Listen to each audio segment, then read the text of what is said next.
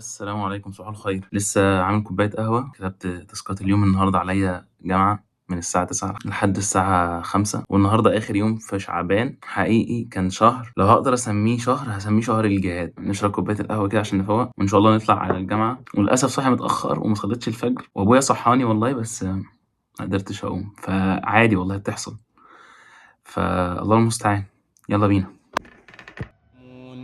وسارعوا إلى مغفرة من ربكم وجنة عرضها السماوات والأرض أعدت للمتقين الذين ينفقون في السراء والضراء والكاظمين الغيظ والعافين عن الناس والله يحب المحسنين والذين إذا فعلوا فاحشة أو ظلموا أنفسهم ذكروا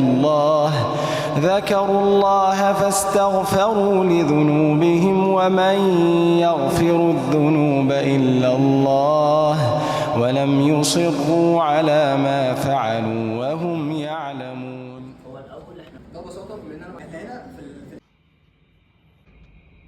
طبعا بعد يوم طويل ومرهق جدا في الجامعة، مرهق جدا في الجامعة.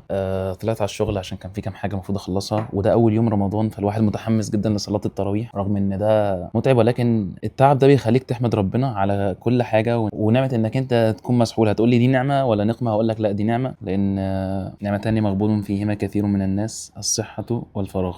فالحمد لله في صحة، الحمد لله كده مفيش فراغ. فان شاء الله نصلي التراويح، واروح بس الاول وبعد كده نصلي التراويح. يلا بينا بقى نروح. أولئك جزاؤهم مغفرة من ربهم وجنات تجري من تحتها الأنهار خالدين فيها ونعم أجر العاملين. طبعا وصلنا على اذان العشاء، وانا عارف ومتاكد ان انا لو روحت وبعد كده قلت انزل اصلي في المسجد عندنا بيتملي بدري، فمش عارف، عشان كده كان لازم انزل بدري عشان الحق مكان.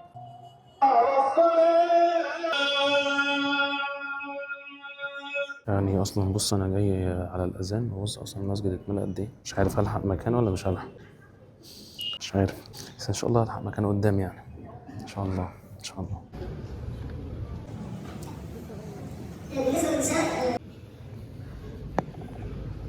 وده ماشي. بخاف من الشغل. السلام عليكم. 100 كل عام وانتم عايز تقول ايه بمناسبة اول يوم رمضان والاجواء دي اللي الواحد مشتاق لها فعلا؟ 100. لا بجد والله بتكلم بجد مش بهزر. يعني بمناسبة اول يوم رمضان والواحد مشتاق والجو ده. شهر طاعة واهم حاجة نستغله يعني مش بهزر. لا والله بجد، يعني موسم من مواسم الطاعات، فالواحد مشتاق ليه ان هو يستغله في العبادة والى اخره، يعني لانه يزداد في الايمانيات ويخرج من رمضان غير ما دخل بيه، يعني مش كده برضه ولا ايه؟ صح. بس فشهر عظيم يعني رمضان ده يعني الواحد مشتاق والله بجد للاجواء دي. يعني اياما بجد معدودات، صح؟ فهي الاشياء المعدوده، الاشياء القصيره هي اللي الانسان بيشتاق ليها، لان هي بتنتهي بسرعه. يعني رمضان بالنسبه اشهر السنه كيوسف بين اخوته، مش هم كانوا 12 وعندنا 12 شهر برضه ورمضان بينهم، يعني فاهم حاجه يستغل رمضان. يعني الواحد عايز يخرج من رمضان غير ما دخل بيه والله بجد. رمضان ده يعني بالنسبه لنا كمحمد سميه رمضان التغيير في كله بقى، مش لازم حاجه معينه، ولكن يعني هتقول لي انت عندك قناه ولا انا كفايتني والله يعني. انت ما تعرف. صلوا على النبي يا شباب عليه الصلاه والسلام. لما في سوره البقره جت ذكر ايات الصيام في اخر الصفحه، في اخر الوجه كان في ايه؟ واذا سالك عبادي عني فاني فاني الفيديو اللي فات قريب. طيب دعوات الداعي اذا دعا. بالظبط. هل يستجيبوا ليه بالظبط؟ على ايه بقى؟ الدعاء، الامر بالدعاء ولا لا. ايوه هل يستجيبوا لي وليؤمنوا بي. بالظبط. فيعني بما انه هو ذكر في المره اللي فاتت، فما اعرفش اقول ايه مميز، بس الفكره كلها انه سلاح المؤمن هو الدعاء. الانسان لما يدعو الله عز وجل ويتقرب الى الله عز وجل بالدعاء، هو امر عجيب، لان هو زي ما يكون بيطلب من بيده ملكوت كل شيء.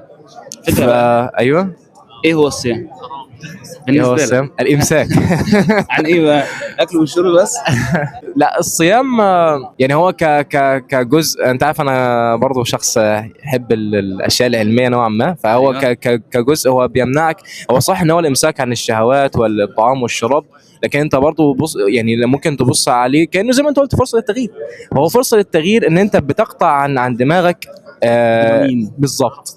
ده اللي أنا كنت عايز اقوله. وانت الشهوه البطن لما بتسكت انت بتبدا تشغل دماغك. فيعني انت ممكن مثلا يجي ناس واحد يقول لك انا مش قادر اذاكر عشان انا صايم ده أنا. بل بالعكس. ده أنا. ما تبقوش زيه. ده أنا والله.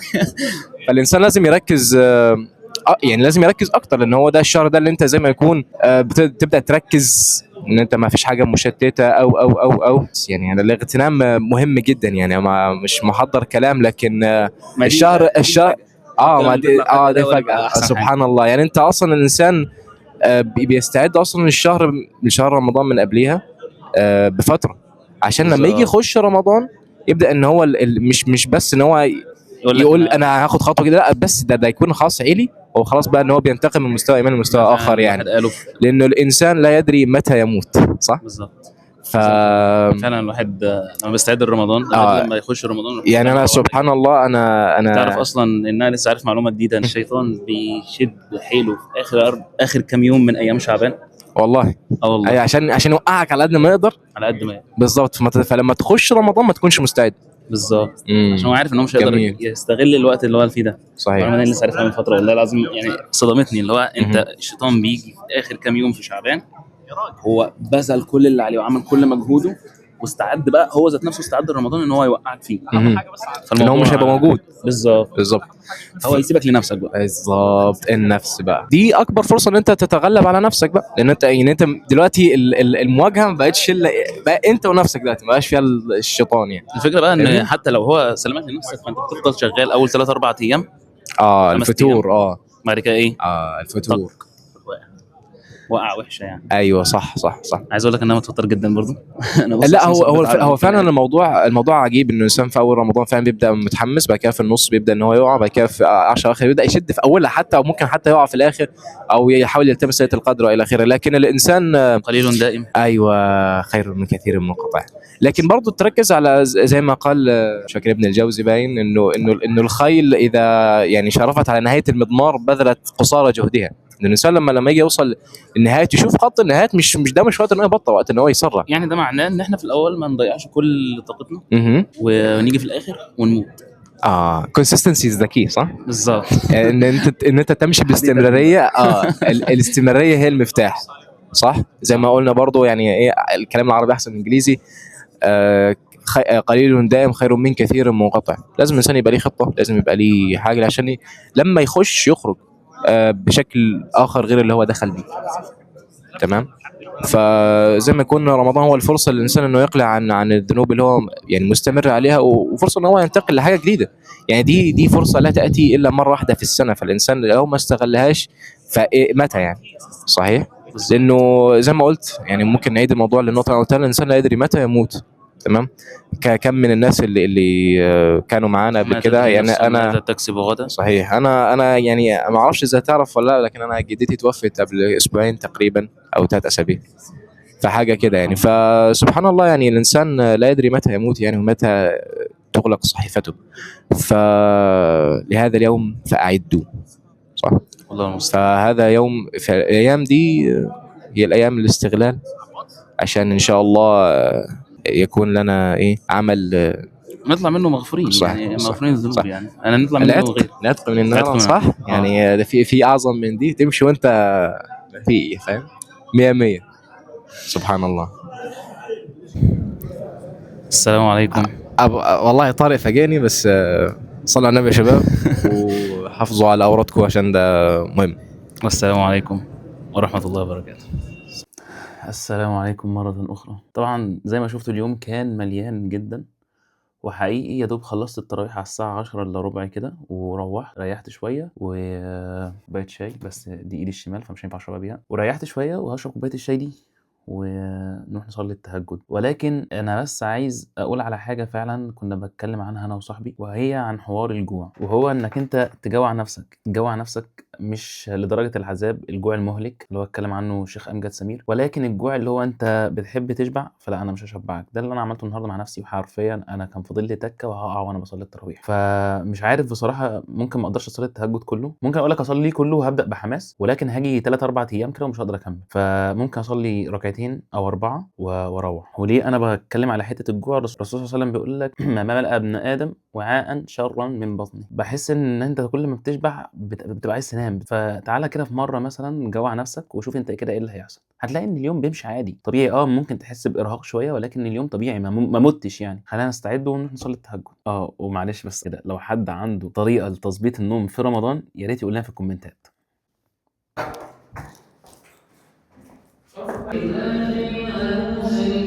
والفرقان لعلكم تهتدون. وإذ قال موسى لقومه يا قوم إنكم ظلمتم أنفسكم باتخاذكم العجل